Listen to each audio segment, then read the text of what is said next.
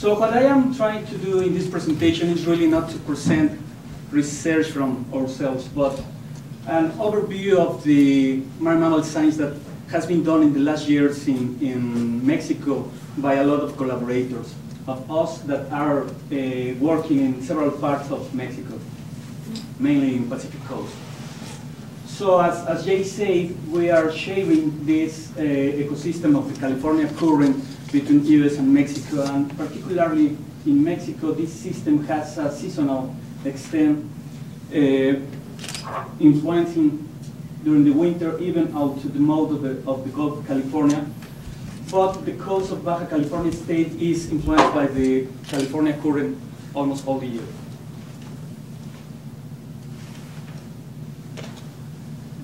Particularly in this region of Mexico, we have a very low developed area.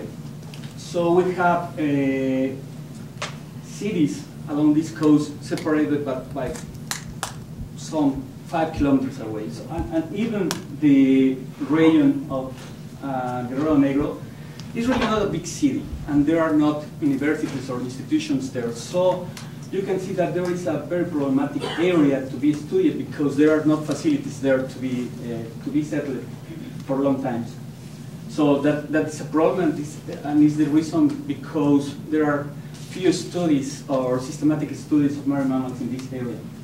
Although some transects of the Calcophil net have been done in Mexico, and now Mexico has some systematic studies of the portion of the California current in Mexico that have been studied during the past years. But on marine mammals, there have been only opportunistic studies. However, in the next years, it can happen that a lot of new coastal developments are settled there, and there can be a problem with increasing of maritime traffic and maybe bringing some acoustic and chemical pollution, for example. So we need to be aware of that new development. And Jay asked me to say something about vaquita, and although vaquita is not distributed in the Pacific coast, it's a main issue for Mexico. It's the main issue for Mexico about marine mammals, and it's part of the problematic of northwestern Mexico. So I'm going to try to give you a general overview of these investigations in Mexico. For Mexico, the great whale is a symbol of conservation because it's a Mexican whale, because born in Mexican waters, and it's really, don't be ashamed. It passed through the US. And it's a symbol because it was really the first species to be protected and to be announced to the general public in Mexico. So it's very important for Mexico.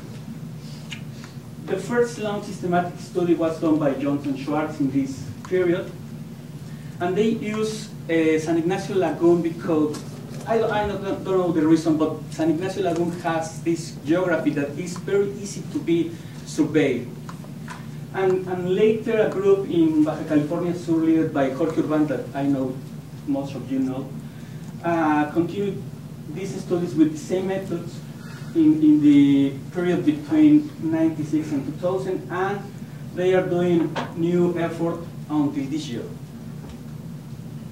So what information they have generated? Something about seasonal timetable of occupation, and they know now that the modern kelp pairs are using the shallower parts of this lagoon, and they are using other portions of the lagoon at the end of the season when the adult or single whales are leaving the area.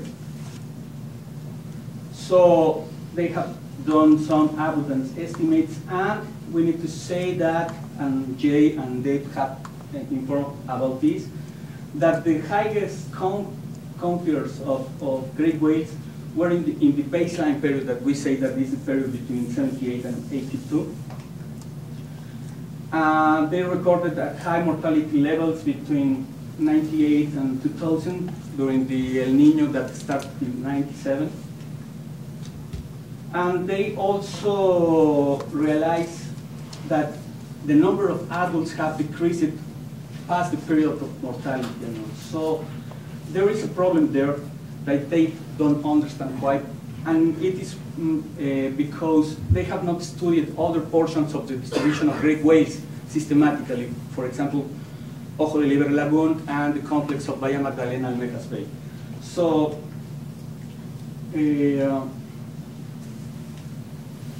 so as Schwartz is recommending in 2008, we need to do systematic surveys in the other lagoons to understand these lower counts of great whales in San Ignacio Lagoon is due to a shift in distribution, or is a real decreasing of abundance in that area. Respect to whale watching, we need to say that there is an increase in permit applications all over Mexico, not only for great whales, but for humpback whales and other species. And I don't want to get a confusion here about the term carrying capacity that is in the Mexican legislation. It's nothing to do about the biological definition of carrying capacity, but it's a number of parameters saying how many boats can be doing the activities at the same time in the same area. So that parameter is used only for great whales in Mexico. And it is because it's very easy to enforce that in these lagoons, because it's very easy for inspectors to go and see how many boats are there. The problem is, for example, in the distribution area in the Magdalena Bay and Almejas Bay, because it's a very big area. So there are a number of pirates there doing the activity without a permit. And of course, another potential threat for gray whale, even although it's the best protected species in Mexico, maybe like it is now, are problems with gillnet fisheries and new touristic and industrial developments. For example, the activity of observation, touristic observation in gray whales is increasing in Ensenada. So we need to be aware of that area.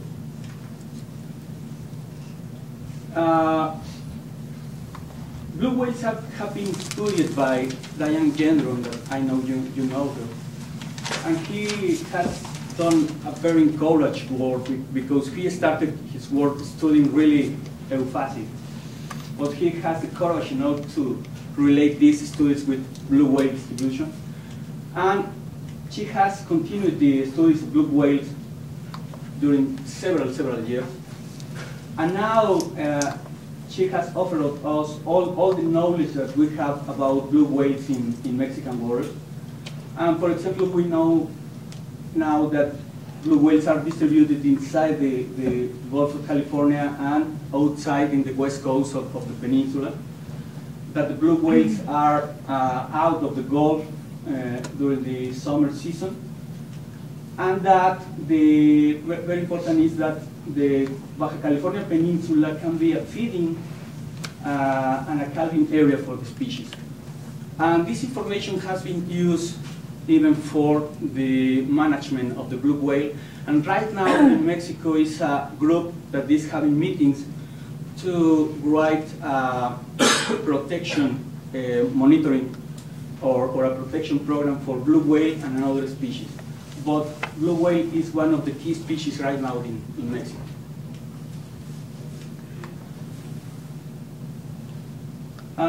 In 2006, 2007, and 2008, a researcher working mainly on white shark in Guadalupe Island realized that he was able to cite a number of big whales in that area. So he gets in contact with one of our partners that is here, Gustavo Cárdenas, and asked him to collaborate in a project to study big whales in Mexican waters, in particular in Guadalupe Island, because he was even able to obtain video footage of big whales, even underwater.